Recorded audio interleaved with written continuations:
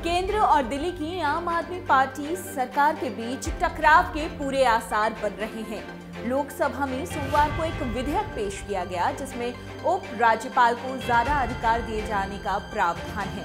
इसके अलावा ये भी स्पष्ट किया गया है कि राज्य कैबिनेट या सरकार के किसी भी फैसले को लागू करने से पहले एलजी की राय जानना जरूरी होगी।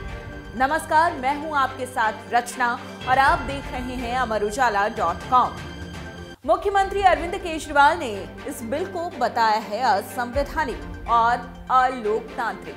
हालांकि केंद्र में सत्तारूढ़ भारतीय जनता पार्टी का कहना है कि इससे कोऑर्डिनेशन आसान हो जाएगा। आइए जानते हैं कि इस बिल में ऐसा क्या है, दोनों पक्षों के तर्क क्या हैं। इसके अलावा दिल्ली और केंद्र के बीच की खींचतान पर शीर्ष अदालत क्या कह चुकी है, बिल में किन प्रमुख बदलावों का प्रस्ताव है। चलिए सबसे पहले इन प्रमुख बदलावों के प्रस्ताव के बारे में विस्तार से जानते हैं। सरकार को कोई भी फैसला लागू करने से पहले एलजी की राय लेनी होगी। इनमें वो फैसले भी शामिल हैं जो मंत्रिमंडल करेगा। ये है पहला प्रस्ताव। एलजी उन मामलों को तय कर सकेंगे जिनमें उनकी राय मांगी जानी चाहिए।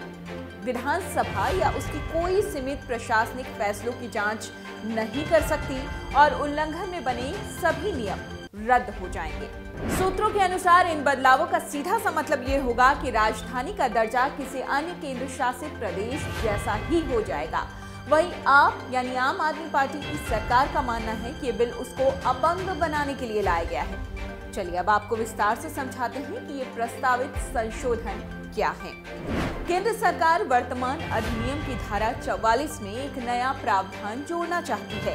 प्रस्तावित संशोधन कहता है कि दिल्ली में लागू किसी भी कानून के तहत सरकार, राज्य सरकार, उचित सरकार, उपराज्यपाल, प्रशासक या मुख्य आयुक्त या किसी के फैसले को लागू करने से पहले संविधान के अनुच्छेद 239 ए के क्लॉज 4 के तहत ऐसे सभी विषयों के लिए उप राज्यपाल की राय लेनी ही जरूरी होगी।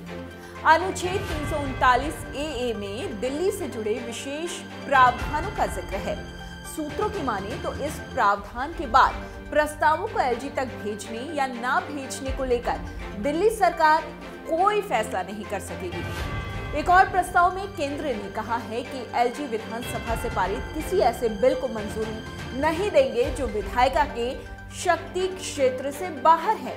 वो इसे राष्ट्रपति के विचार करने के लिए रिजर्व रख सकते हैं।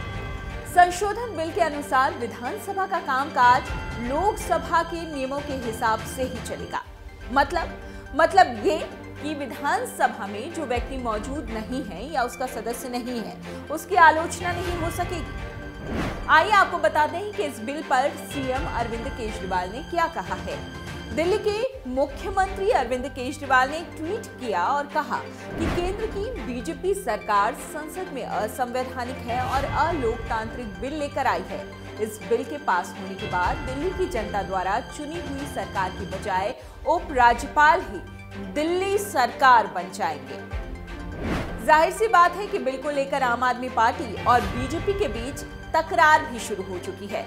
डेप्यूटी सीएम मनीष सिसोदिया ने क्या कहा है, अब वो भी सुन लीजिए। मनीष सिसोदिया ने कहा है कि दिल्ली की जनता द्वारा विधानसभा और एमसीडी उपचुनाव में खारिज किए जाने के बाद केंद्र में बैठी भाजपा सरकार ने दिल्ली की जनता द्वारा चुनी गई दिल्ली सरकार के अधिकारों को छीनकर उप राज्यपाल को देने के बिल को लाने की तैयारी कर ली है।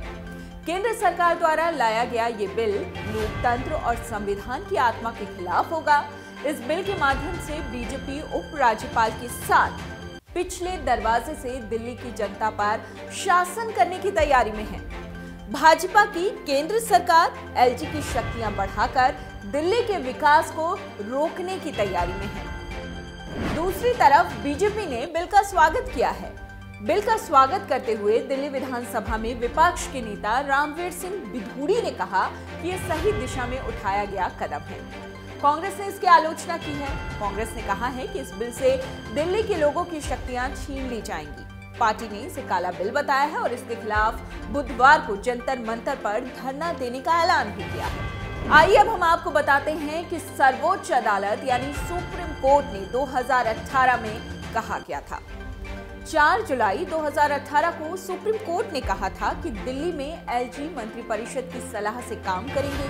सुप्रीम कोर्ट ने एलजी के अधिकार को सीमित करते हुए अपने फैसले में कहा था कि एलजी स्वतंत्र तौर पर काम नहीं करेंगे।